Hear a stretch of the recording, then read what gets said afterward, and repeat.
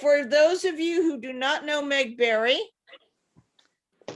what do I say about you, Meg? Other than you're a world-renowned carver, you've won the Spectrum Award, which is an international gemstone award for both gemstone cutting and carving. You've won it, what, 11 times? Yes, ma'am. Which is Meg pretty freaking remarkable. She's also our instructor in the lapidary area where she does teach carving. And we named the room after her, as a matter of fact. Yeah, we bought a sign and everything. Well deserved. Put my name on it. Well, when we move to a larger area, we'll move the sign. Yeah, right. That's fine. Yeah, there's 2 signs, so it's all good. A big sign and a little sign. So this is me kicking in, right? Yep. Okay, so Michelle has my show. What I'm going to do is show you guys a bunch of pieces I've made and go from start to finish on those pieces so you can see them being constructed, and we'll talk about that. So you just want to start with the A file, we'll get started. Pinch out for a bigger view. Now, how about one picture? Oh, there we go. Okay, so that's a piece of giant aquamarine. I don't have another picture of it rough. I have it somewhere, but that was 3,000 carats of Brazilian aquamarine, and that's me trying to figure out what to do with it. So next, so these are the series. There's the piece of rough. It's bigger than my hand, and I'm actually starting a design. And what I do when I'm carving a piece is I remove the flaws that I can remove. The ones that are near the surface are pretty obvious, and then there will be flaws left, because a piece of aquamarine that size that was flawless, I would not be able to afford. This piece cost me $3,000 as it was. It was $1 a carat. And so then I'm starting to carve it, and next, most of my design is what you might call inclusion driven. If you can see a big curving line on the bottom side there, well, there's a huge flaw that had to come out, a great big huge fingerprint or a crack. So I cut it out, and I cut out everything that's big and unsightly, and then I try to find a design next from there. And so these just go on with me working the original surface, and you work some, you grind some off, you go back and look at it and check it out, reimagine, change your ideas. Next. So this piece just kept evolving. Next, yeah, we'll just keep moving. Next. There it is, getting more shape, and it's wet, but the color, as you keep grinding through it, the color gets a little paler and paler as it becomes more transparent and thinner. Next, let's see what we got here. I think we keep seeing these same pictures over and over. Okay, there's another one. And any more? Next. Oh, there it is, finished. I have more pictures in between, but that's the same piece. It's sitting in a showcase in Tucson a couple of years after the fact. I have more pictures of this. It's 1,260 carat aquamarine. Is that the last one? Yeah, that was all the pictures. Okay, we'll go to a better one later, but it's an underwater scene. Yeah, she can find one here of that piece. Is it looking? It should be there. It should be there. That's my website, guys. I haven't browsed this. That's a pretty new piece. What was it, over to the right? No. Well, anyway, it's a 1,260 carat aquamarine, and it's carved like a Georgia O'Keeffe flower on the top and an underwater scene on the back. And hopefully we will see more pictures of it. That's the best one I have right now. Yeah, that's the best one you have on file. I do not have the one, it's not in the gallery, huh? I didn't see it. Oh, you know what? There's a reason, maybe a reason. Okay, well, the next slide, the next file, B file. So we're B or D? B. Okay, this one's called Bouquet, and once again, it's not complete. This is a Congo Tourmaline. And as you can see, I'm working the lines here, getting it started next. Let's just keep moving through these. That's another view of it. It's a color fade. Keep going. We keep seeing the same two over and over. That's because I went back. Oh, okay. It's a color fade. It goes from darker green to a lighter green, and there's an inclusion in it, and it's a fairly large Congo Tourmaline. Next, let's keep moving on. There's another pic that's much better color in the when it's wet, and that's flowers. I was in my rose period then, so there's 3 flowers starting to take appearance. And if you look in the background, there's quite a few more pieces lying down there that are being worked on. Next. Oh, another one. We've seen that one. Next. Yeah, that was it. That's it? Yep. Okay, well, that piece is also in the gallery. We'll get to the gallery later, okay, and look at all the finished pieces at once. So we'll just move on to the... this is my Trilogy Tourmaline. This was a large 4-color tourmaline from Nigeria. That's pretty much the rough, and it had many, many, many, not fractures, but inclusion lines that go parallel to the AB axis, perpendicular to the AB axis, parallel to the C axis, many, many stripes going down there. So I made those a design element, and I carve into the crack and the flaw in the fingerprint, and it disappears, and you have a clean area in between the areas. So you can see how that crystal is red at one end and almost white at the other, with green and blue in the middle. It was quite the crystal, and I was running all over Tucson trying to scavenge enough cash to buy that from the guys. Yeah, and it's been preformed just a little bit. It was a lot of money. So next, let's see where we end up here.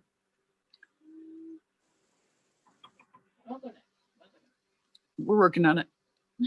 Okay, so yes, it kept evolving. See, and so I make the lines, I draw them with a marker, and then you can see where there's lines where all those little inclusions are. And then I try to find art and attractive areas that will reside in the clean areas.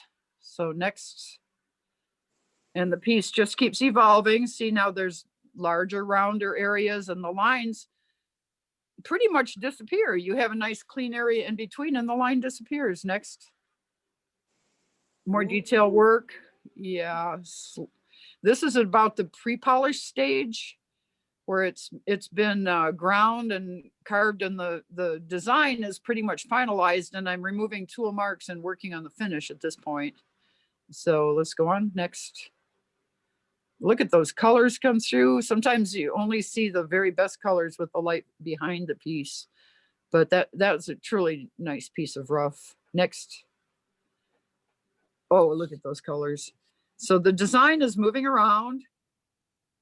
That's a pre-polish again, and you can see the various colors shining through. And I like to keep the design moving. You know, we didn't want just straight lines going across. So up at the top portion where it's red and then white, some of the lines zigzag and cross over, and I remove a lot of visually obstructive material when I do that, and try to leave the shiny clean parts and polish them. But you pretty much spend hours and dozens of hours not seeing the finished product, only in your mind, and trying to bring forth the reality that is in the stone that isn't there until you're actually done. And that it's frustrating and not very rewarding until almost the last minute. Next. Ooh. Another close up, a nice swirl there. That one's a swirly piece. We're calling it Trilogy because of the colors, but there's actually 4 colors, but quadrology it's been taken. The Who had it, right? They make an album by that title. Next.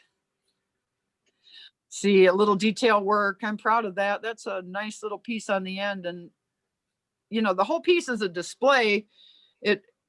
I would like to see it in jewelry, but each little tiny detail has a lot of design work involved. You know, I could have made any number of shapes, but I made that particular congruence of curls and swirls, and then I polished it, which is the hard part. Move next. See more detail work and the little green sticking out. And what I tell my students is that a carving is just a collection of cabs, and you cut each cab and design it and refine the lines and make sure it ends up somewhere and polish it. And you just have a series of cabs that are all stuck together by mutually shared molecules with the next cab over. Next. So there's a few pieces I was working on: aquamarine, a garnet, and the tourmaline. Oh, and that is the official portrait of that piece. That was my portrait pictures are by Arasa Weldon, who is married to Robert Weldon, who is the, thank you, Michelle, who is the head of photography and the library at GIA. And she's been married to Robert for 30 years and has been working with him in photography. And she's quite the accomplished photographer. And our new AB5 that redefined contract workers eliminated the ability for her to work for GIA because you can't subcontract with only one person. Then you're an employee. If you don't have other clients, then they can't hire you as a subcontractor, even though they may give you 80 hours worth of work. They cannot hire you because you don't have any other clients. So yes, AB5 was not the most perfect piece of legislation ever passed in this country or this state. It's still under Anyway. appeal, though. Oh, they're going to change it. But meantime, a lot of people are being affected by someone else's brush strokes. That's all I'm saying. So another file. Do we have D? Is there a D file, or we throw that out? Oh, we got D. You're right. Oh, this is my glass table. This is where I threw all the rough when I come home from Tucson. I throw it all out on this glass table in my yard. Oh, there's part of my yard. Oh, no, not that. Keep going. I know how that ended up in there. So this is my glass table, and all my rough that I bought, I just put right out there and we can play with it. Next. Isn't that fun? Oh, the Wow. colors, man. Yeah, just looking, I just put the camera under the table and took the picture from underneath. Amethyst, garnets, tourmaline, aquamarine, Afghani tourmaline in the middle, aquamarine, lower part, pink tourmaline, amethyst. Next, I think I see a big Tanzanite. That's the Rwandan blue flash. I had a lot of hair then. Those are some beads that were supposed to be demantoid and turned out to be diopside. Of course. Yeah, big difference. Big difference in price, too. Yes, indeed. And then the next year when I went back to talk to them, they weren't there anymore. Yeah, surprise. It's all right. I did not pay that much for them. But these are ametrine crystals here down on the bottom that are Bolivian ametrine that are actually pretty nice crystals themselves. I don't know if I'll ever cut them. They have all kinds of record keepers and nice surfaces on them. Tap to speak. Okay. Okay, do we have any more in that file, or is that it? We just keep going with all these rocks. I have that. Hey, go ahead. Questions? I like it if people speak up if you have questions. No? Okay, next So file. was that a typical purchase for a Tucson? That much material? Yeah, I had a major settlement and I started buying fairly expensive rough at that time. And I've tried to keep that cycle going where I can sell enough material to, to shop one time. But yeah, $10,000, it's easy to spend in rough, just like that. Buying, especially if you have a $3,000 aqua and a $1,500 tourmaline and you're halfway there, right? Especially in Tucson where they have everything gathered together for you. Oh, they don't Oh, gather yeah. it for me. I got to run all over the place to find what I want there. Well, I mean in the same city. Well, yeah. Well, yes. Yeah, you're right, Diane. So this crystal, this amethyst crystal was bought at the Fallbrook Gem and Mineral Society by Mr. Fred Rasp. And he brought it to me and he wanted a cabochon cut out of it. And it was a large crystal. It had these two beautiful little spicules sticking up. I think they're negative crystals that were sticking into the crystal. And I said, well, we can't cut those out, Fred. One, they'll make a big, ugly, gaping hole in your cab. And two, we got to keep them in there. So next, we can just kind of browse through this. These are more shots of the rough. You know, typical Brazilian crystal tip, but pretty clean. I guess Mike Evans chose it for him, and it weighed about 500 carats, 480 some carats, big crystal. The little, see, there's your spicules. Aren't they cute? Stalactites. Hey, don't Right? get me started on the stalactites. Right. Well, you know, I little collect them. stopwatch. The little stopwatch down there is how I bill my work. I just start the clock and I charge by the minute because I work by the minute. So there's the cab on the dop, cabbed in with the spicules on the bottom. That's a big dop. See my fingers?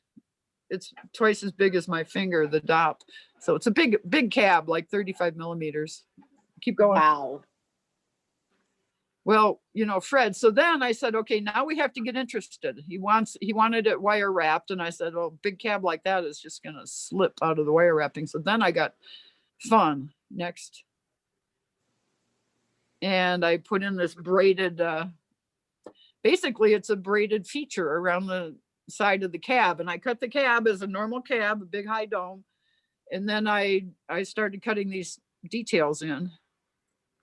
But the cab was basically finished before I did that. But so you can't put bulges on a cab the way they bulge out over the cab. I had to bring everything down so that the bulge would be the wide part after the cab was cut, right? Right. So that those are the high pot and everything else has to come in to make those the high spot, because you can't just get a bike pump and, you know, pump it up. So that's the detail work on it being finished. And so that's on the carving machine. There's the little chuck right there. That picture is upside down, but that's okay. Getting work, and your spicules are still sitting there. So the whole thing is just working. And yep, No. it almost looks like bread, right? Braided bread. Mhm. I like the Keep color going. better though. Like a little Yeah. hamburger. Yeah, yes, it's a wimpy burger, a purple Yeah. wimpy burger, right? Yeah, keep going. So I took 250 pictures of this cab as I was cutting it, because, you know, when you're working on something, you never can get that picture back. So you might as well take it. There's the buff, final buff with 14,000 diamond paste on the buff. And then the hard buff. Keep going. Because then once you've carved it, you have to polish it like a carving. You can no longer polish it like a cab. So it's a very fine detail. If you can see, there's some yellow banding in there, a little bit of ametrine effect going on. Hmm. So we assumed it was from Brazil. I mean, Mike Evans said he thought it was from Brazil. Mostly ametrine is from Bolivia, but there's, you know, that's not carved in stone. I know that because I didn't get a work order. That's a joke. So there's that's a natural crystal I left on the bottom of the cab, and the little entry spots for your spicules, which I believe are included negative crystals. I'm not positive. So, and there's your cab, 243 carats. So it's almost exactly 50% yield. And Wow. it definitely looks like a wimpy burger. Beautiful colors, and see how the burger part bulges out, and so everything else had to come down to give it that. And Mr. Fred was so excited he cut down 5 of my palm trees just because because That it was a trade. that view right there really does show an ametrine. Yeah, it's definitely It color really does. zone. Yeah, so, you know, we don't know for a fact that it was from Brazil, and if it's a South American crystal and it has ametrine, I don't know who's going to argue with you or with Mr. Fred. And Ariel, Fred's wife, is very happy with the cab. They just sit out and stare at it, he said. Oh, love But the see- polish you got. Well, It's yeah, beautiful. I do good polish. Different colors, different lights, different, that's my thing. As I polish, I was just talking to a rough dealer the other day. He goes, no one polishes like you do. And I said, I know. That's why I said I should raise all the prices on my website, just saying that everything's real underpriced there. And there's a coupon on my website for 10% off for anyone in the club or that is at this viewing for 10% off any purchase in my website. Just saying. That's until the price goes up. Okay, so there's the coupon. Now we have another folder. You want to go with what's next? Where were at? G. We were at D, E, F, G. G? We'll do G. Okay, this is a material I've been working on called Grandidiorite that I really like. And I just got some rough on memo that is nowhere near this color. So Gorgeous these are just color. yeah, this is Grandidiorite being processed. I bought some rough in Tucson. 10 Is bucks this a gram. this was what you showed us earlier? Before Yeah, the talk? same material that was really much darker. Yeah, and that's what I was hoping I would get something, not transparent. It has inclusions, but it's a beautiful color and it's highly translucent. And the inclusions seal up as you're polishing. They cut kind of like emeralds. They're about a 7 in hardness. And they have a cross-hatched inclusion pattern, and it kind of seals up. The more you flow the finish, the less visible that cross-hatching is. So I like Grandidiorite. It's just these are some pieces that's extremely rare, and hardly anyone will buy it because they've never heard of it. But it's a single source material. It only comes from Madagascar. And it was discovered in the 1800s by a man named Grandidier, surprisingly enough. But in about five to 8 years ago, there was a new find in Madagascar of new material. And so we have been able to get some material out. But the kilo I have is called Mine Run. And he put the run in Mine Run. These are pretty. The teal is quite intense on these pieces. And it's not a soft stone. It takes a lot of work. How hard is it, Meg?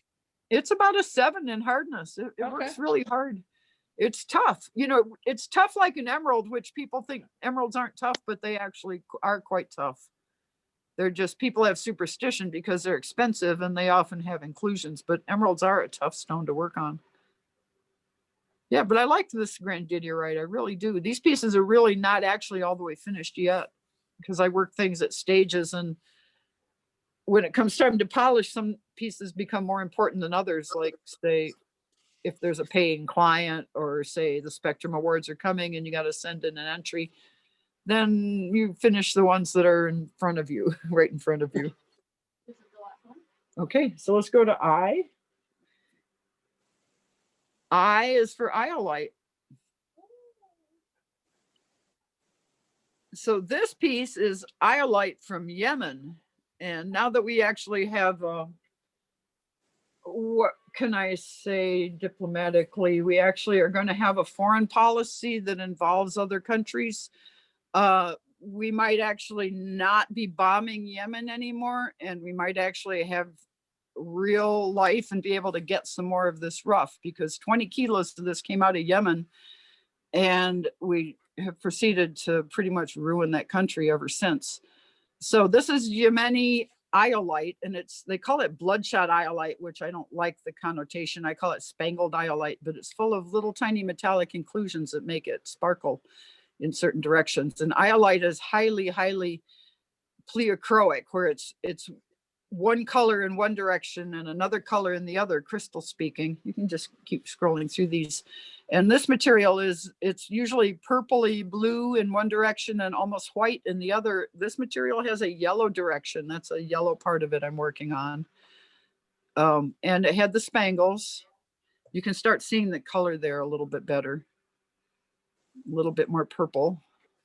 And then this would be your white direction, where there isn't a whole lot of color shining through. And these various figures I'm carving with all the curves are to take advantage of the sparkling chatoyancy that comes through. And see, there's your purple. And I kind of fashioned it after what I call piles of rope. Like on the deck of a sailing boat, you just see heaps of rope everywhere. That's what these are evocative of. Seeing, but the finished piece, see that, and you can see the spangles down in the legs and various areas, and the shininess of the, yeah, see all the little tiny metallic spangles. And if you look at the lower right, that part's actually yellow. And if you look at it through that direction, it actually glows kind of yellow. And so the name of the piece is Sinbad, because it kind of reminds me of a pair of harem pants, like a Sinbad would have worn. We just try to come up with names. See how the little sparkles are everywhere on that? Isn't it? It's a very cool piece. It weighs about 57 carats, and it's drilled as a pendant. And it's, of course, polished into nothingness. I don't leave tool marks on my carvings. If you look at commercial carvings, pretty much you see the carving, but every single curve and line that you see has a tool mark at the end of it, because that's where the hard part starts. The work is in getting the tool marks out and making a finished piece that doesn't show them. And that's why my students tear their hair out on me. Okay. Trying to get there, I'm kind of a perfectionist, and I kind of, bring that with me into the classroom. Okay, now that's a funny one. Are we in the other spectrum folder? Yeah. Okay, these are other pieces that I've won Spectrum Awards for. This one is a guy who's using my stone for his profile picture. I had a collection of people that were claiming to have cut that stone. It did win a Spectrum. I did cut it for Bill Larson. It's a Nigerian tourmaline, and it's called the Acorn. But yes, this Rosie Ghoul said he cut it, and they could offer that kind of cutting. And plenty of other people have also. And, one person owns that stone. Bill Larson sold it to him. And everyone else all over the world is supposedly, jumping right on that bandwagon. But I'm the one that got the actual Spectrum Awards. So there. There you go. Yeah. And you can send that guy a note saying you didn't do it. Oh, people were posting on there, hey, you big phony, I know the girl who cut that. And then it's like, he doesn't care. So this is a 10 karat golden or orange sapphire. I won a Spectrum for that. That was back when innovative faceting just meant something people had never seen before. And it's a spiral cut, oval step cut. I called it a spiral staircase, and it's actually step cut in a spiral on the oval. And that was back when a 10 karat unheated sapphire, they would actually let you do an experimental cut on. They're like, what do you want to put in Spectrum? Here, recut this. Okay, I'm good if you are. And oh, there we go. Next one. That's a trio of 2 tourmalines and a garnet, a spessartine garnet, and it's a fan cut. There's no concave faceting on there. It may look like it, but 10 years after I won a Spectrum for that suite, John Dyer invented that cut. Just saying. I've got the picture, but he invented the cut about 5 years ago. I love this piece. This is a chrysocolla. It's 650 carats. It has druzy in the middle, and I'm going to put a slideshow together on this one being created, but my pictures are spread all over the universe, and I couldn't get them together for this. But that's a Rasa Weldon's picture. It's not the one they took at AGTA, but Bill Larson owns this piece. I still remember when you bought that. Yeah, I bought that rough from someone who will never see the light of day again, thank God. A member of our gem community who's incarcerated for the foreseeable future. But it was a good piece of rough. How many carats is the final? 650, I believe, final. That druzy takes away a lot of weight. It should weigh a lot more, except it's all air in the middle. But it's beautiful. It was actually, a big chunk. That was another $3,000 piece of rough, but it had a lot of malachite and azurite all over the outside, and this just one thin gem layer of silica. And I just ground all that other stuff off. And what I tried to do was salvage the entire layer of silica and then make it into something, because it wasn't perfect and you had to cut through it in areas. But if you look through it from some directions, it's almost transparent, say over on the right side. And then if you turn it, the light reflects and it becomes much much more intense color. So it's quite a spooky piece when you turn it. The color changes and the whole influence of the piece changes. It took about 5 years to carve that. Yeah, my big pieces, I just got to stop and put aside till I'm still learning carving, you know, and I put aside till I can figure out what comes next. Sometimes it takes years. I practice a lot in between. Okay, next. Okay, this is a tourmaline I faceted that ended up winning a spectrum. Keep going. This is a ring design that it went in. Keep going. There's the finished ring. It was made by Piap Karnasi. It was called Fly Me to Paradise, and that's my 15 karat. It's actually a bicolored tourmaline. It's blue at one end and green at the other. So that's not a spectrum that I won in my name, but she won it with my stone, which I've won others with my stone, but she made a point of, you know, making it, you know, publicizing that it was mine and blah, blah, blah. So that makes me Meg 11.1 as opposed to 11.0 on the spectrums. Just say it. Just say it. We got to differentiate. Yeah, I think that's the official AGTA picture. It's quite a beautiful ring. It's her husband's ring. And it's got the crisscrossing, and the melee is all, for the most part, it's Paraiba tourmaline and diamonds. Oh, that's another piece that got sent to Spectrum in one piece and came back from AGTA kind of looking like that. Oh, no. Oh, Yeah, you know, they call you when you win Spectrum. You get a call from Doug Hucker or someone that says, "Hey Meg, you know," and I got this call from Doug Hucker after judging had started, and he goes, "Hey Meg," and I'm like, "Yes, Doug, yes, Doug," edge of my seat, and he goes, "Yeah, we got to talk." And that happened in shipping, and AGTA made good on it. I made them a salvage estimate, and just like if I was working at the collector and someone brought in a damaged piece, we did a salvage estimate, and they paid me for the damage, and I got the piece back, because if I had taken full compensation, I never would have seen the piece again, and who knows what would have happened to it. But I got the piece back, and I'm recarving the big piece. But I had 2 entries that year, and the other entry did actually win 3rd place in carving. So, you know, silver lining. I could have possibly had 2 trophies. I don't know. It was the better piece. Is it tourmaline? It's a tourmaline. It's a Golconda, Brazil bicolor. It went blue to green. It was quite beautiful. 30 some carats. Little bit fragile. You know, I was considering making that my selling point every year, is sending in something incredibly fragile and selling it to Doug Hucker after he broke it. But it's not a sustainable business plan. But yeah, I talked to Dalen Hargrave. I called him and said, "Dalen, they broke my piece. What do I do?" Because he's a true gentleman, and he's got enough spectrums to build a bathroom out of them. Literally, he could make a wall out of these crystal trophies. Anyway, Dalen said, "They've broken 7 of my pieces." He said, "I'll just act like a grown-up." So I acted like a grown-up, and I still have the piece, and I didn't make a big stink, and I didn't go public with AGTA trashed my piece. You know, they acted responsibly. I got my piece back. You know, we all know shit happens. So My the friend. little piece, what'd you do with that? Because that's pretty too. It's in my drawer. It's sitting there. You know, I can finish the end and drill a hole in it for you if you'd like. It's a pretty color. I love it. It is very pretty. Yeah, look, this is back up there. Okay, well, she's cheating. The bouquet one, it's like down on the right bottom, that one, the green one next to the pearls. That's the green one that we had the working piece that I was working on. That's how it finished out. It goes green to white.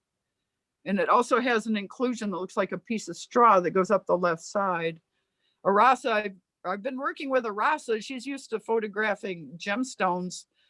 And I have to sit down with her with the carvings and help her adjust to make them look like I want them to look like, you know, because it's new for everybody. But I think she does a little bit too much light through the piece. I have her back off the light a little bit so we can see more of the surface area. because we're not looking for portraits in my website. I'm trying to sell the pieces, and a gem portrait is beautiful.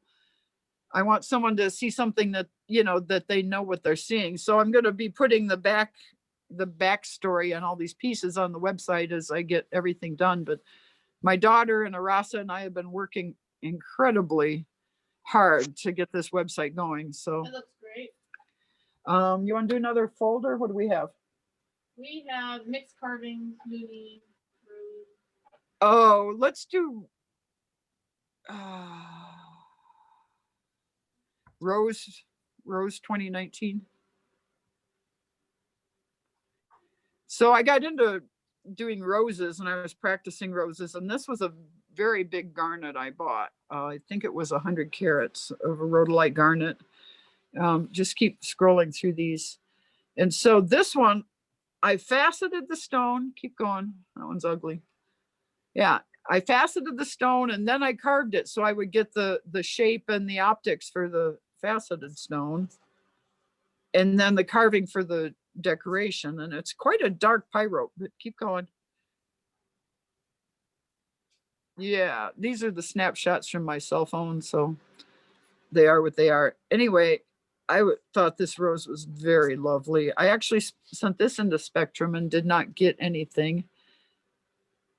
However, that was a weird year. I sent in that big aqua and didn't get anything on that either. That was 2 years ago. There was some controversy over the judging that year. However, we all moved on. Those pictures are terrible. Just keep scrolling. They're really out of focus. There we go. There's a nice piece with some light coming through. Okay, another one. Yeah, so anyway, our own Malene is now the proud owner of this garnet. And it's designed, it will fit in a mounting. It's got all the geometric proportions of a gemstone and hopefully some of the optics so that it could drop right into a mounting. So it's made to display as a flower, but it's also made to be mounted as a gem. Well, that's my new kind of trendy, I'm calling it the next level work I'm working on, is partially faceted, partially carved gems, because they're smaller. And when you're making a jewelry piece out of a small gem, if it's not drilled for a hole, it's very difficult to conceptualize what's going to happen with it. Now that's under some funny light. That's a good piece. Picture. How big is it, Meg? Well, you see my thumbs. It's about Okay. 35 carats, I think. That thumb is like twice life size on my screen. It's really only maybe 14 millimeters across, approximately. It's got a spiral pattern, and all of the carving on the back follows that spiral cutting pattern. Oh, the color's gorgeous. Yeah, it's a deep rhodolite, African rhodolite. Keep going. So that's Oh. purpley red. Yeah, it's a purpley red for sure. Yeah, I remember you I bringing had just that in. If I had just faceted it, it would have been way too dark. See, there's a Hessianite Garnet in the box below my hand. That actually is the one that I donated to the club. Okay, that's a rose. Keep going. It's the wrong rose. Oh, yeah. See, now this is a rose series I did for a client where she wanted a series of roses, and I did sketches, and there's 4 different tourmaline roses there. And keep going. And there's my sketches. This on the left, that's a main tourmaline, and then a Himalaya tourmaline. Go back to the next one. That had that one, yeah. And then the bouquet piece, and then a green tourmaline. And so that's a rose collection there. The pink one you may recognize. Mhm. The main tourmaline I sold to a main tourmaline collector, and there they are with some shine on them. So there's an incredible amount of time. Oh, a real rose. Okay, was that it for that one? Yep. Okay, so I made a lot of roses for a while. I'm kind of over roses. So what do we have now?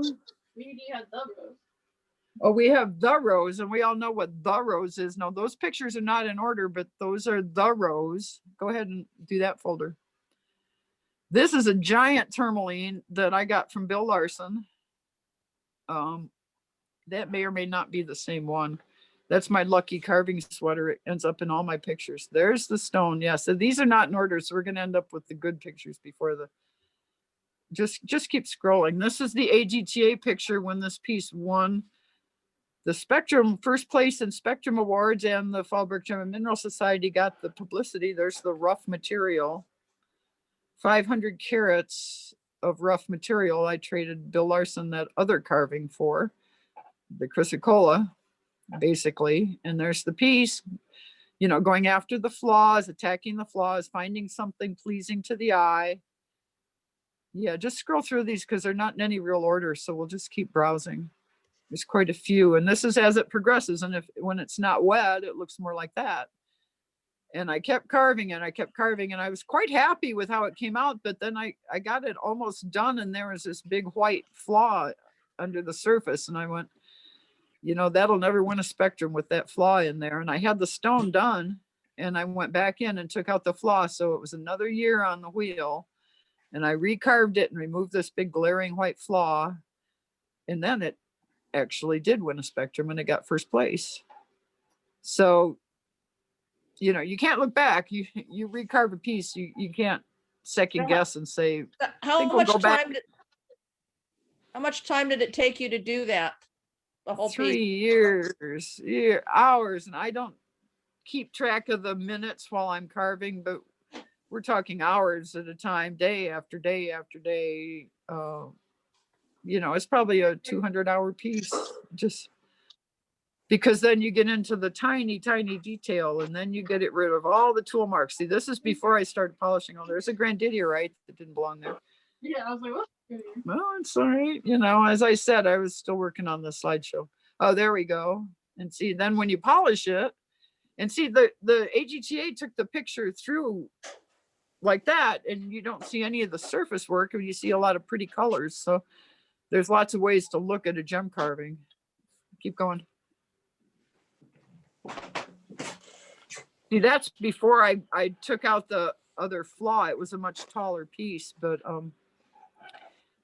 I don't see the flaw right now, but it is what it is now.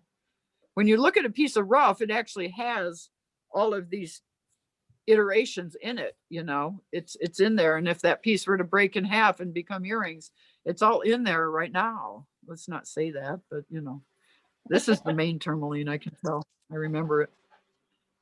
By the way, I have that piece. I sent it to Aratha for photography, and I have it in my safe. Just keep going through these. Yeah, that's the main tourmaline. That's not the Himalaya one. That's the one on the left. The main tourmaline is nowhere near as fun. This is a clipping someone sent me from Rappaport magazine. Just to show you, I was in Rappaport. It was a guy I cut some diamonds for, and he had held this piece and he liked it and he considered buying it, and then he saw it in the Rap magazine. So that was pretty funny. I said, that could have been yours, but I'm glad you guys ended up with it. Yeah, Oh, that and that's the whole file. Yeah. we love the fact that you Okay, also yeah. threw in the rough, so we have a rough and cut. That's a pretty nifty rough and cut. I don't know what happened in the pictures, but there is a picture of that before I started cutting it. And then when it split and I had the other piece, I don't know if it's not in this file, apparently. You want Tom? My pictures are spread between a few different devices, and I just was, yeah, we'll do Tom. I just was not able to get it all collated. I've been working real hard. So my brother called me and he wanted something. I have a daughter and 2 nieces. And so my brother also has a daughter and 2 nieces, and he wanted to make a Christmas project for the 3 girls. We call them the cousins. And so we decided keep going jade, because they're all just scroll slowly through these. This is a very nice piece of Afghan jade I had. And so I'm designing 3 matching pendants for the cousins out of these for Christmas this year for my brother. And it's very nice. Nephrite had this striking banding. And so I mark it up. I mark where the lines are, where the cracks are, where you can't carve. And then I cut 3 circles, dopped them up, glued them together and made them round, right? So they're all the same round.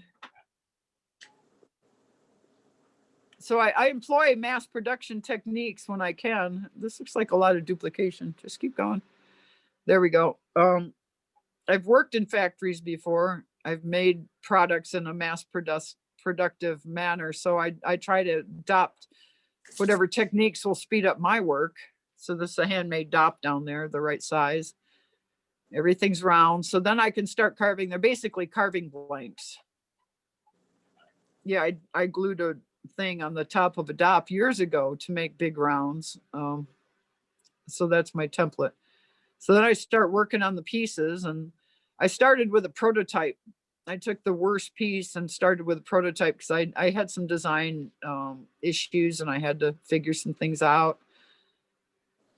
So I just started carving, you know, that's what I do. I just full speed ahead.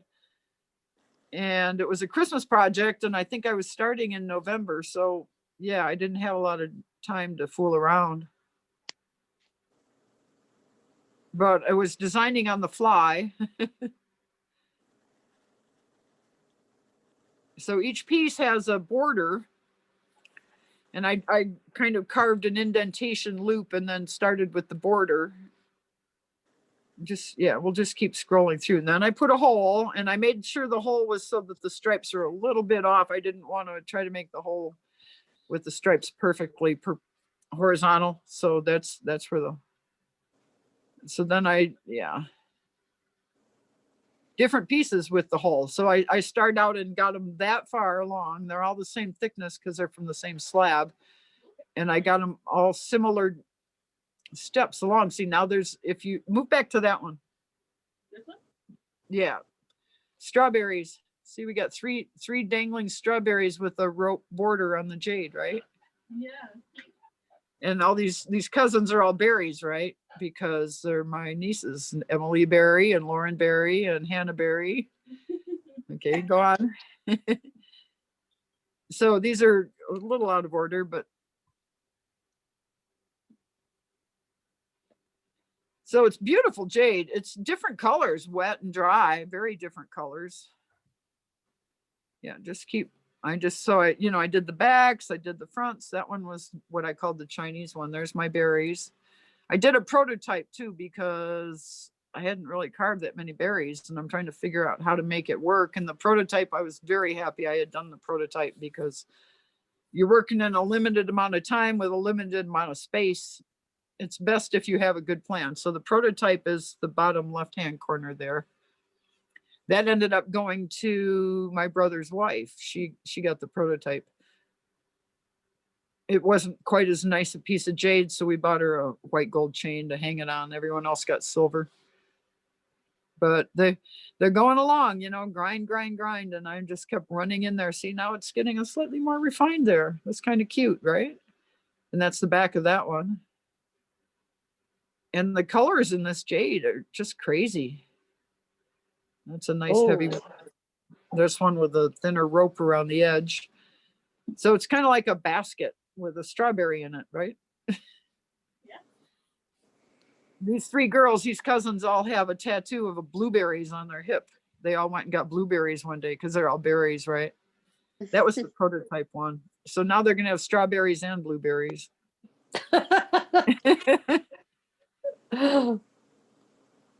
So, and then there's earrings too. Oh Which are my. Wow. And went you managed to all get out. knock that out in 1.5 months.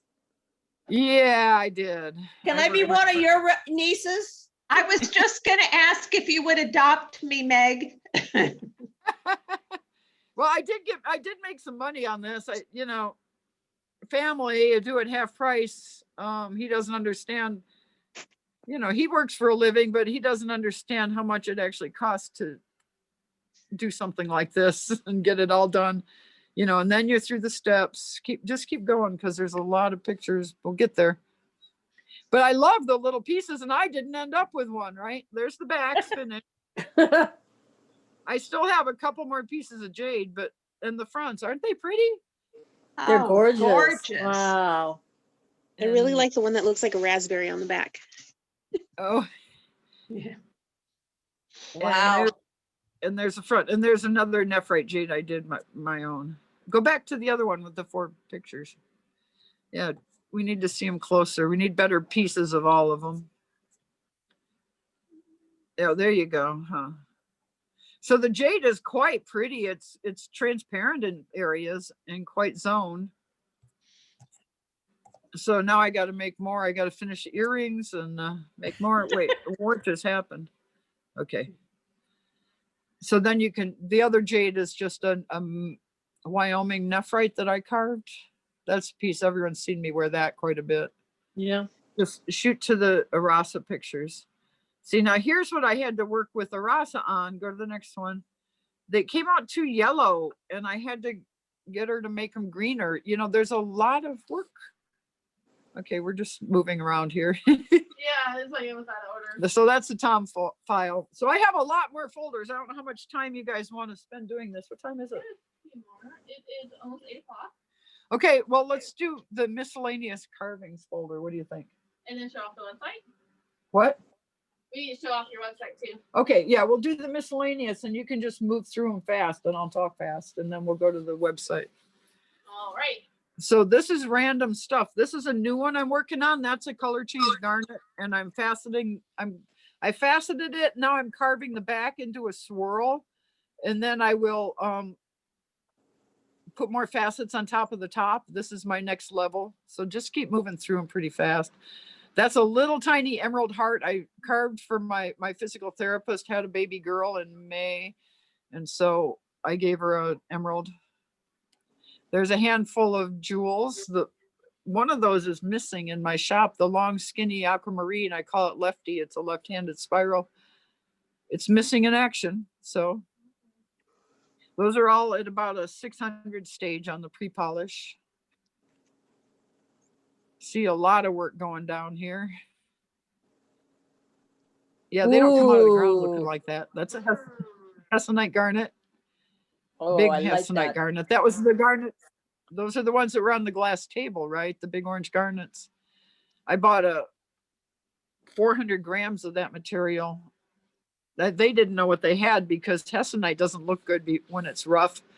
Because it's not single crystals, it's microcrystalline and they call it sugar and it looks kind of sugary from all the crystals, but it polishes up gorgeous. It's beautiful. That piece is I'm still polishing that one. I just love the way it finishes though. That's an opal. That's a shitty picture. Sorry, that's a bad picture. It's a bicolored magnesiaxonite color change from Tanzania. Aquamarine. Faster. That is a rough magnesiaxonite. It's rare. It's beautiful. It's about as hard as Tanzanite. It comes in Tanzanite parcels, but it's highly UV. The Tanzanite dealers that sell rough just take a UV light to the parcels and pull out the axonite. And then they make a separate parcel of the axonite and sell it to me. Because I have all the axonite there is. That's a multicolored Tanzanite crystal that I carved, and there's more pictures of that carving later. Stuart Mine Tourmaline, I have no idea why that's there. Keep going. Some rough. There's the Tanzanite, all those colors on a natural Tanzanite, and it's chatoyant too. Ooh. That piece got entered in Spectrum this year. I ended up sending quite a few pieces in this year and I got a 3rd place. There's a rose quartz heart. Yes, and Crystal as Durian won Spectrum Awards, which is awesome. This is a Savorite garnet with a partially carved, partially faceted. This is when we tried to have class outdoors here during COVID. That's Jason and Malene working away right under the mural. Yeah. So that's a Morganite I'm working on. That is going to look like the aquamarine that's cut like that. This one's for a client. That's a very pretty piece. That was a several $1,000 piece of rough. Lots of detail work. Look at my hands, look like poor wrinkled frog hands. They've been wet for about 6 hours at this point, I think. Wasted.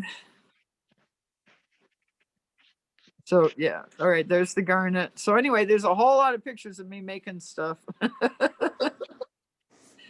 But this is what I do all day, and you guys want to hear about it, so here we are. That piece is really nice. I like that. I'm working on making ribbons. I'm working on a very large amethyst. That's an Hessianite. And I want to make it look like ribbons draping down on the amethyst, but that means I have to figure out how to do it on something else. That's a sphene. Oh, that's pretty. That's a pretty color. That's a Zimbabwean sphene. Another rough that Bill Larson got 20 kilos of and had to high grade. I helped him with the high grading. There's my Tanzanite. More piles of rope there. See all the different colors in that Tanzanite? It's crazy. That's amazing. That is. Yeah, in fact, GIA has it right now. They're writing it up. I've never seen it with that much variation in color. I've seen the pink and the purple, but you've got a green and pink yeah. and purple and white and all that in one crystal. I'm glad the termination was broken, or I never would have gotten it for $300. wow. Oh, you only spent $300 on that Yeah, to buy it? Wow. and I sold it for $2,500, but I did put $2,000 worth of labor in, so right? I just paid my rent. That's aquamarine earrings that I sold Annette, and then she made the earrings. And there's that's Old Man Winter, the Axonite. See the guy? See his eyes and his beard? Uh-huh. And he's actually got little tiny magnesium crystals in the white part up at his top. All those little black spots are actually magnesium. And the magnesium is what makes it pink. And the pinky part is color changed to blue. So there's a Himalayan Tourmaline, Tanzanite, and a Grandidiorite. That's a Congo Tourmaline rough I still haven't done. This is a Tanzanite or a Savarite with carving on the back. How many pieces are you usually working on at a time? Yeah, someone was asking me that. I spoke to the Boston Mineral Club last week. I have about 100 stones on faceting dops and about 150 carvings in the works at this point, and I'm only actually working on maybe 30 faceted stones and 12 carvings, and the rest are kind of hovering on the back burner.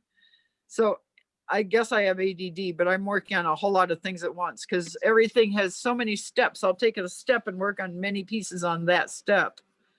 Or like I'm faceting Haween, which is a cold dop. So I'm working on all of them on, in one step, and then I move to the next step. So here we are in the gallery, the complete gallery. Yeah, we'll go through. So at the beginning here, that's the Chrysocolla that won a Spectrum Award. That's a bicolor Tanzanite. It's about 6 carats. That was a stone for a private client. It's in Florida, my Tanzanite collector. That is a Windsor ruby sapphire. It's a sapphire, but it's a bicolored sapphire. It's about a 1 carat. That is your tourmaline crystal with the matching crystal. Now I believe these 2 pictures were taken by Arasa Weldon. They're not the AGTA picture, but you can take this crystal and place it right on the rough. That's a large tourmaline from the same rough as the one that won the Spectrum. This one's 17 carats and not quite flawless, but you can see the color change better. That's another Windsor. The little blue thing that looks like a scribble in the corner is actually an inclusion of sapphire inclusion. Yeah, I was wondering. Color zone. That's a Heliodor. That is a Molly Garnet, a Molly Savarite that I picked up in Munich and cut and sold to Des, the garnet collector. It's 6 carat, 12 carats, I believe it came out. That's a color change garnet, both colors. That's a Tanzanite, unheated Tanzanite, beautiful stone, 16 carats. Cat's Eye Himalaya Tourmaline. That's a green Tanzanite. Oh, the zoning and that's interesting. Yeah, I think that's more pleochroism with the light coming in from 3 different directions rather than zoning, because it was kind of consistent in color, but the pleochroism just goes crazy. That's the Tanzanite poster Robert Weldon made with 33 different natural unheated Tanzanites. Well, the upper corner one is heated, the purple, but all the rest, those are the colors that Tanzanite comes in naturally unheated right out of the ground.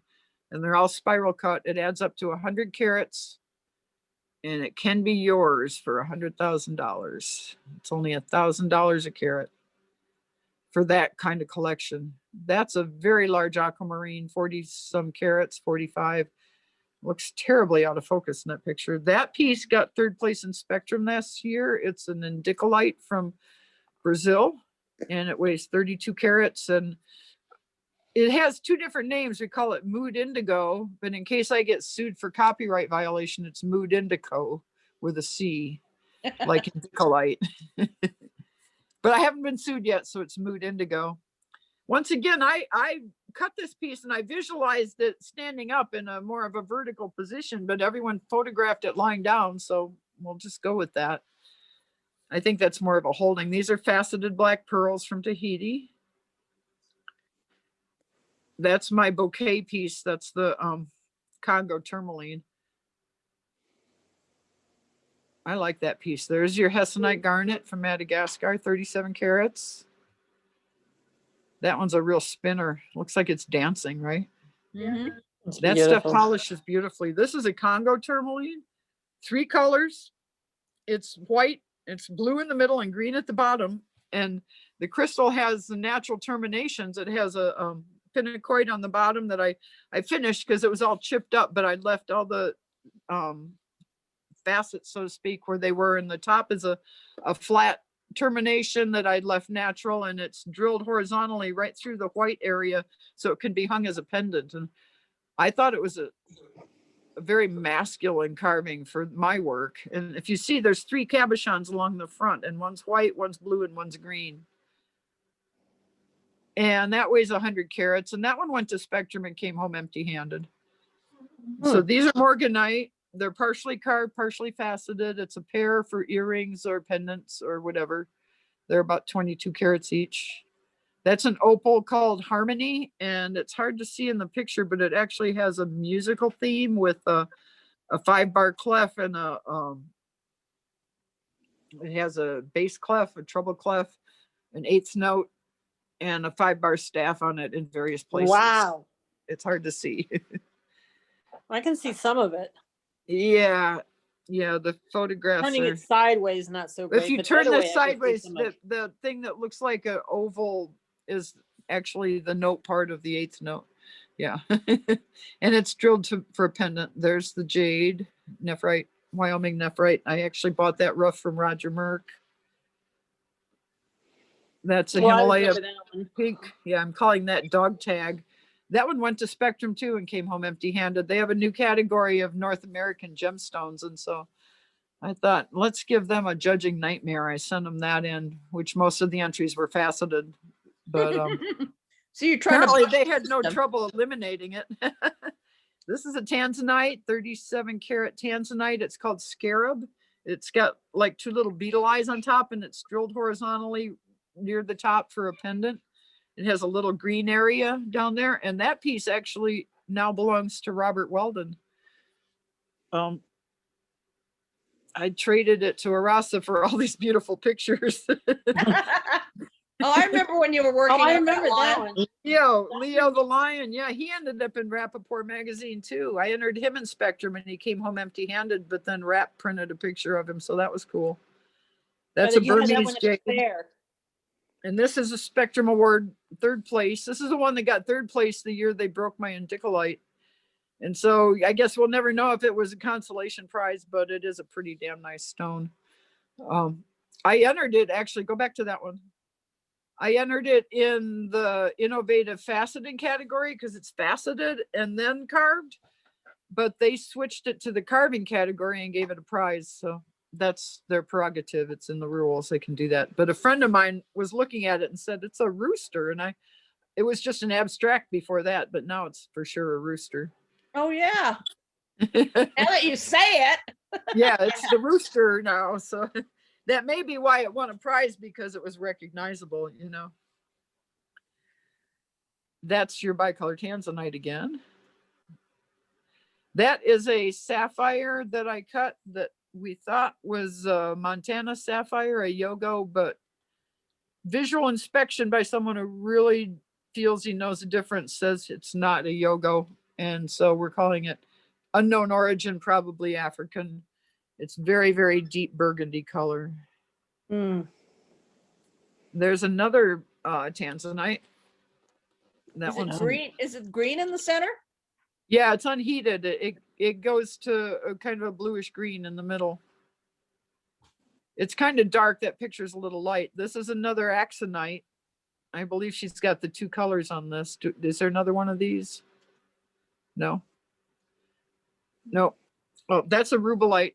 That's a Brazilian rubellite, and so it's 4.5 carats. It's cut into a faceted stone and then carved, so it'll drop right into a 9mm round mounting. It's a flower. It's quite pretty. That's another Axonite. I left the crystal intact and just shaped the outside into a heart, and it's drilled to hang. It hangs a little diagonally, and its color change. It goes to purple, from purple to pink, and it's bicolored. Yeah, there's your color change, kind of orangey to pinky. Very interesting. This is a Himalaya Tourmaline. See, this is my Valentine's Day display, right? Hearts are recognizable. This is a 28 karat Himalaya Tourmaline. This is an early piece, and the band across the middle is a large hole for a cord, and it's polished. That's why it kind of looks like that, like it's wearing a sweater. This is an opal clamshell. Yeah, I remember that one. One side of it. This one is called, she's calling it dragon. I was calling it scorpion. It's a little tiny 11 karat multicolored Namibian tourmaline. I said, look at all those colors. And it was bent in these weird directions. I said, I'm going to see if I can actually finish that without shattering it. And I did. And now we have it. And now we have it. But it's tiny. It's really cute. That one is called Flying Heart. That's a Namibian tourmaline, and it goes from white at the bottom to green at the top corner with a little chatoyancy and a little bit of red in the upper corner, and it's drilled as a pendant. So that's not I large. like that one. The Flying Heart, yeah, it's cute. This is an color is aquamarine. Yeah, the Namibian heart was really nice. I don't know why she went away so fast, but you know. So anyway, these are great portraits, but you know, you only, to sell the stuff, you need a dozen pictures of everything. I think, you know, this is, so anyway, it's a start.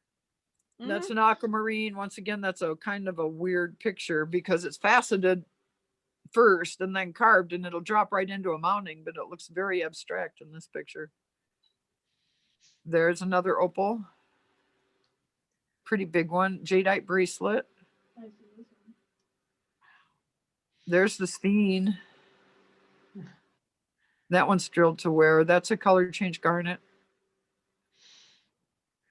Oh yeah, look at the color change. There's the Iolite, Mr. Sinbad.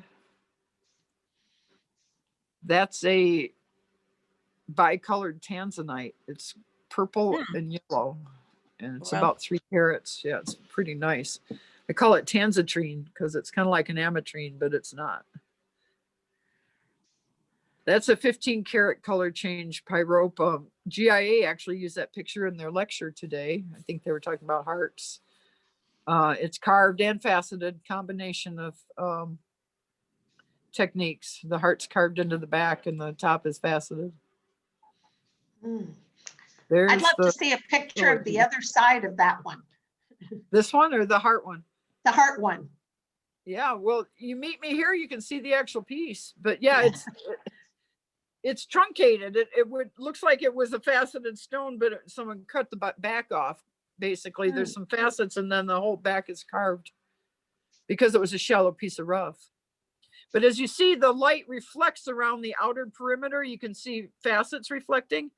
And those are all at the right angle. And then in the center where the light goes through and it's a lighter color, that's where the heart is carved into the back. And there's your trilogy. Oh, that's gorgeous. That is beautiful. Sometimes we call it Christmas tree. That's a beautiful piece. It's very hard to, it weighs 146 carats.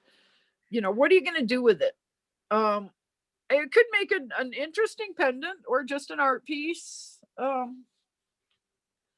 That's the guess kind of piece that I would actually consider putting in a special box frame and putting on a wall. Yeah, why not, right? Or Because then, I mean, you can get one of those ones that has clear on both sides, and you can even put it in Yes. a position where you can have a light shining through it. I actually have all of my carvings displayed in those little boxes now, the tune of many hundreds of dollars. And they have a stand, and I can actually put them all out. I can put 40 pieces out in those gel boxes. And it's a great way because they're protected and you can look at them, and you know, you don't actually have to touch them. That's a color change garnet. That's my next level series where I facet and carve put together on the same piece. It's about 8 carats. It's an arrowhead, or we're calling it the arrowhead. That one's called Swirlygirl, and it's a rose quartz from Madagascar, and it's a faceted stone with the swirls are carved into the back, and that's the other one GIA used today in their lecture. So That's it's one of my actually, that favorites. is a very accurate portrayal of the color too for rose quartz. It's quite peachy and gemmy too. I picked that piece of rough up in Tucson as a special commission for somebody, and they didn't want it, and so I kept it. The It color. cost me, the rough cost me $15 for one piece of rose quartz. You know, I mean, a bucket carat, that's a lot for rose quartz. They But didn't want it. they wanted a different quartz. They wanted the more the Brazilian kind. They bought something. It's fine. This sapphire is actually at GIA, hoping to cert it as a pod. We'll see what happens. Wow. Color's It's great. The color's gorgeous. It's not flawless. It's about a carat 10. If it's a pod, it's for sale. If it's not a pod, it's for sale cheap. What does that mean? Meg, what does a pod mean? Oh, pod parasha is a certain color of Okay. sapphire that is very specific in the labs. It's a pinky yellowy color, and if it certifies as a pod parasha, then the value goes up a lot. Okay. But it's a very subjective thing about color. That I love it with the inclusions in it. it's nice, right? And it was just Yes. an incidental It piece gives of it rough I had. character. It gives it Yeah, I think- character. Yeah, I think so.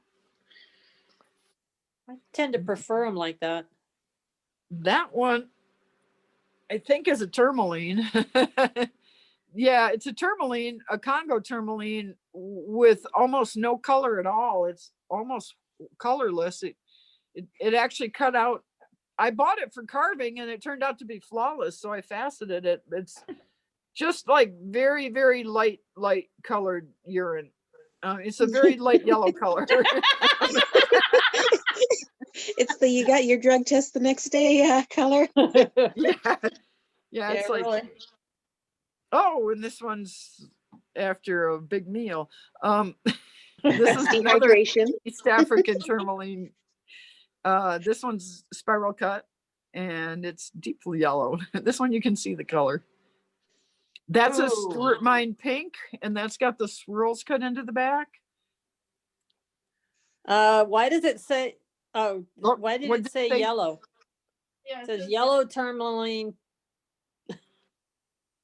Is it That would be supposed to that would be from the caption of the previous stone.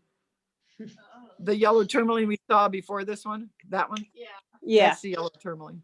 they're the same caption on our. This is Stuart. Oh, I okay. think- Well, we have I to think get your back to daughter's my, gonna adjust it. she's fired. That's another yellow tourmaline. Isn't that one cool? Now Oh, that's my- wow. Woo, That's my neat. spiral cut, but I put 24 main facets on, so it has twice as many facets as a regular spiral. And Looks like a sunflower. yeah, it really repeats, doesn't it? I was gonna say it looks like Either an that or an iris. eye. Yeah. That's like 180 facets on a 8 millimeter stone. So it's quite a few. Yeah, it's neat, huh? Yeah. That is just gorgeous. And once again, it's, the photography is good. That's really pretty. Okay, Oh, that's a little look at that. sapphire, a natural green sapphire from Tanzania. It's about 1 carat, carat 10, I think. It's nice. Natural greens are hard to find. Usually they're cooked. So I bought that rough. That's another sapphire.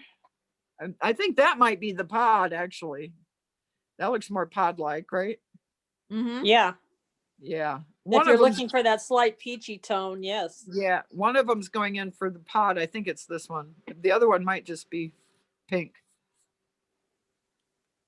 Because also GIA has this prejudice that pod paraches need to come from Ceylon, and that if it's not from Ceylon, the color isn't right, which is, I don't know. It's a subject for weird. controversy. That's It's weird. kind of strange, but you know, the lab will do what the lab wants to do. That's a queen mine tourmaline. We know the color for that, right? Mm-hmm. That's the last one. That's the last one. We're done. We're done. Okay, we're done. Okay, questions, answers? Hmm.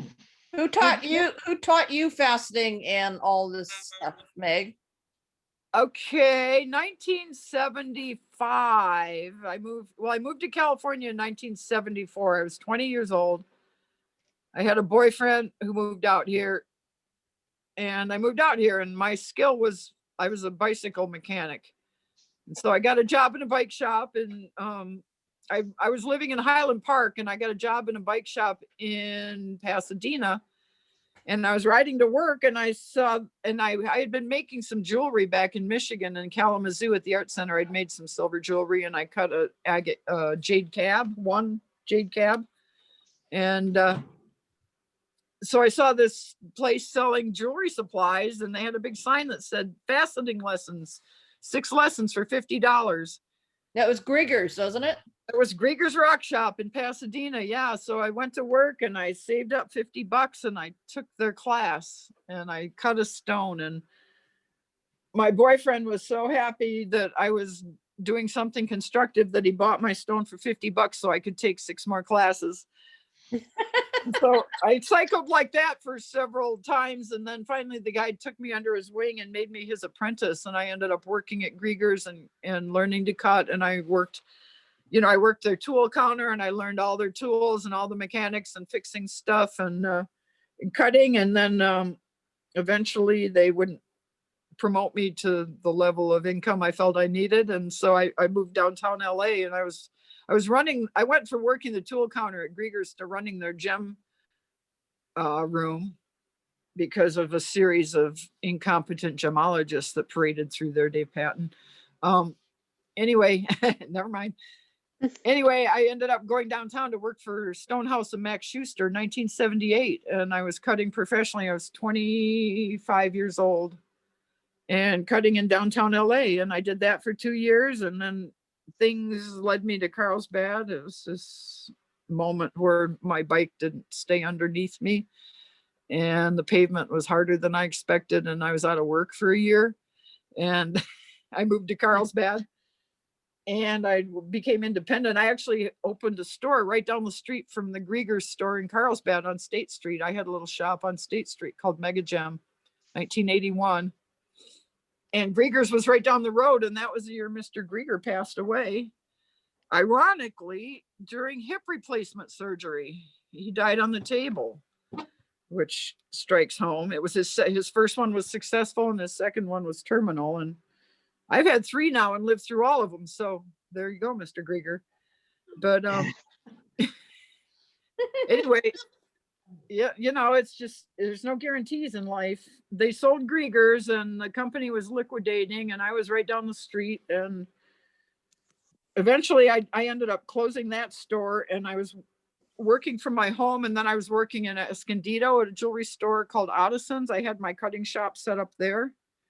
Mm-hmm. And after that, the next place I worked was for Bill Larson in 1989. I didn't actually have a real job until then. I just cut for various people on my own. And when I started working for Bill in 89, I'd already been a faceter, professional faceter, since 1975. So it's not like people go, well, Bill Larson taught you how to cut. And I'm all, uh-huh. No, but I definitely moved into the big leagues with Bill, better stuff, big rough, huge mines, contacting people that were important And I did a lot of important work with Bill, and he brought me into the big leagues, and he's still a good friend and a good client. And here I am. And then in the year 2000, I kept trying to quit Bill because there's a glass ceiling in that lapidary, and I kept hitting my head on it, and I got some carving tools and cut a hole in it and crawled right through, and I wasn't working for Bill anymore when I did that. And we're better friends, and I make more money now, and but I couldn't become a carver and be working full-time as a faceter working for other people, because there's only so much time in the day. So I pretty much went broke. I bought a house, had a kid, or not in that order, and quit my job. Of course I did. And it made me work hard, I'll tell you what. But my carving wasn't that good at the beginning. I taught myself, I talked to people, I studied pictures, I did research, I looked at other people's equipment. Steve Walters was very, very helpful. He's been carving.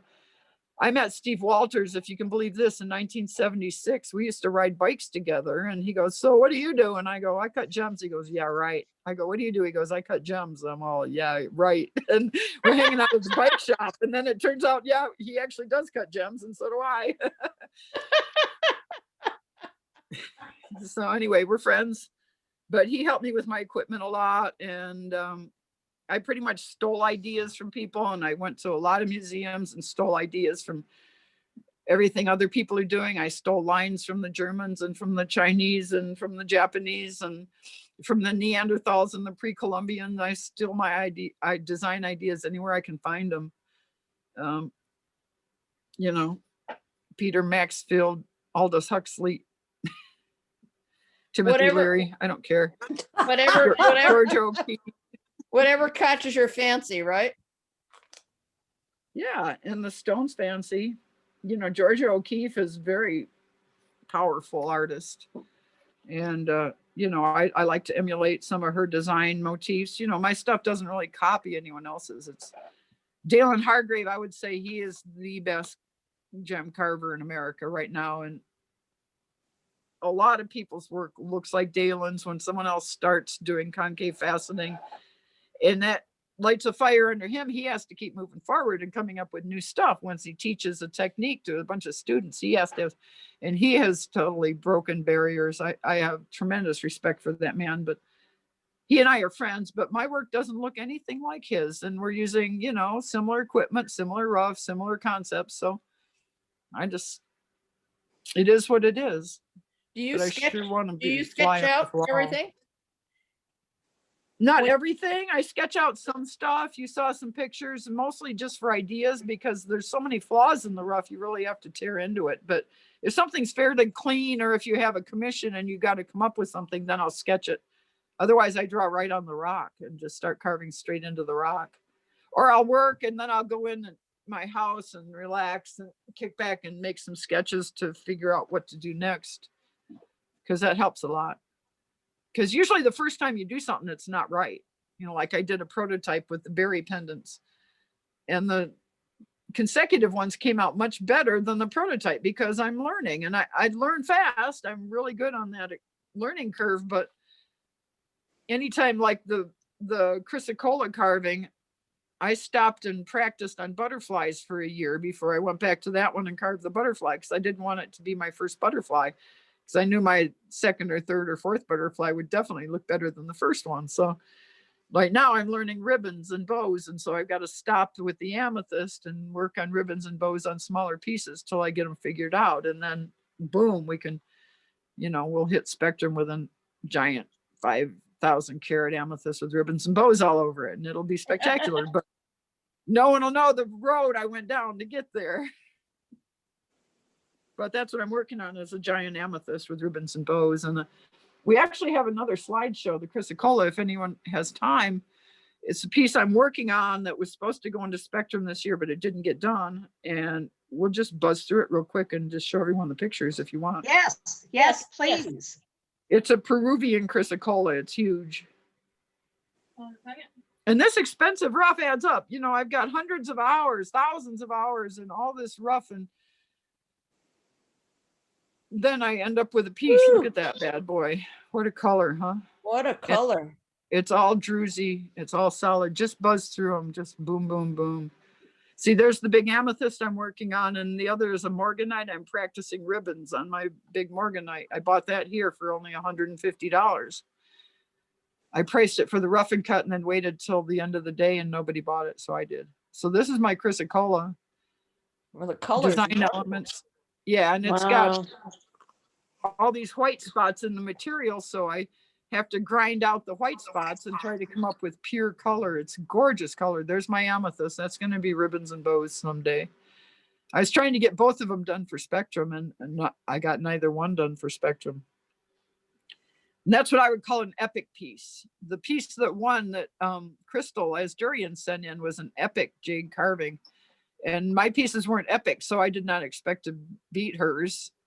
And this is my epic piece that didn't make it in because it wasn't done. So next year, hopefully I'll have an epic piece, you know, and you've got to finish all this work and hopefully not break it and, you know, get it done. So I try to come up with a certain thickness that I don't go below, that I feel is safe on the material, but then Mhm. you have to attack the material and cut out all the little white spots because they're unsightly. And Yeah, they're all over in Chrysocolla. You know, to have a gemmy Chrysocolla with no white spots is extremely rare. And once again, people don't realize how rare it is to have this big. Look at the rose. Isn't that pretty? Yeah. To have this big of a gemmy Chrysocolla that's not collapsing and it's not full of holes and flaws. And there it is, dry. And of course, Bill Larson says, well, I'll be interested in that piece if it's not too expensive. Okay, Bill, it's another 5 years out of my life.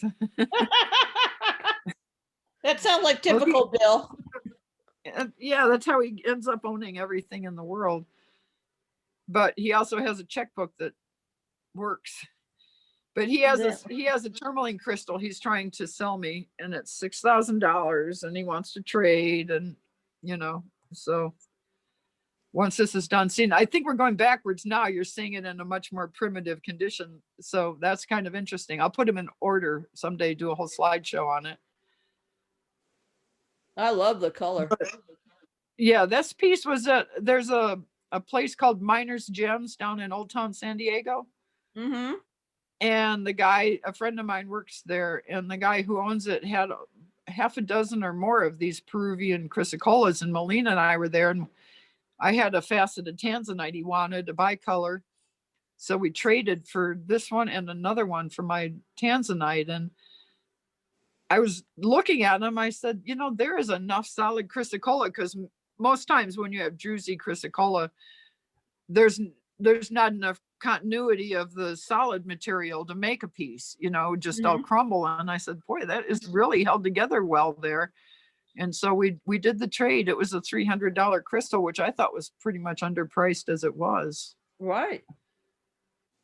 But I ground off all the junk. But you know, the amount of money and time I have invested, just because I don't think cheap crystals are beautiful. I mean, I do, but not as beautiful as expensive ones.